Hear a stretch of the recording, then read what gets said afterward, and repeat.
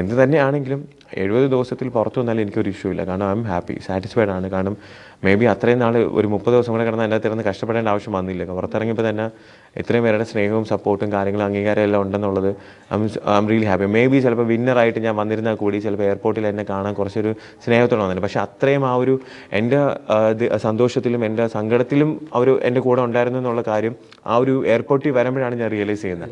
അത് എൻ്റെ ലൈഫിൽ ഒരിക്കലും മറക്കാൻ പറ്റാത്തൊരു കാര്യമാണ്. മനസ്സിലായില്ലേ? അപ്പം എനിക്കറിയാം കുറച്ച് പേരൊക്കെ വരുമായിരിക്കുമെന്ന് ഞാൻ അകത്തിരിക്കുമ്പോൾ ചിന്തിച്ചിട്ടുണ്ട്. ഒരു 5-10 പേര് അല്ലെങ്കിൽ ഒരു 15 പേര് ചിലപ്പോൾ എന്നെ അറിയാവുന്നവർ വരും, എന്നെ റിസീവ് ചെയ്യാൻ വരുമായിരിക്കും എന്ന് എനിക്കൊരു ഇതുണ്ട്. പക്ഷേ ഇതെന്ന് പറഞ്ഞാൽ അവർക്ക് അത്രയും പുറത്തിറങ്ങുമ്പോഴേ അറിയുന്നത് അവരുടെയൊക്കെ ഉള്ളിൽ എന്തുമാത്രം അത് കണക്റ്റ് ആയി, ഓരോരുത്തർക്ക് എന്തുമാത്രം അത് അഫക്റ്റ് ആയി എന്നുള്ളത് ഞാൻ അറിയുന്നത്. കാരണം ഓൾറെഡി നമ്മൾ സ്ട്രെസ്ഡ് ഔട്ട് ആയിട്ട് ആ ഒരു വീട്ടിൻ്റെ അകത്ത് ഇരുന്ന് അത്രയും നാൾ ഇരുന്നിട്ട് അവസാനത്തെ 5 ദിവസം സീക്രട്ട് റൂമിൻ്റെ അകത്തും കൂടെ ആവുമ്പം ആ സീക്രട്ട് റൂമിൻ്റെ അകത്ത് നമുക്ക് ശബ്ദം ഉയർത്താൻ പറ്റത്തില്ല.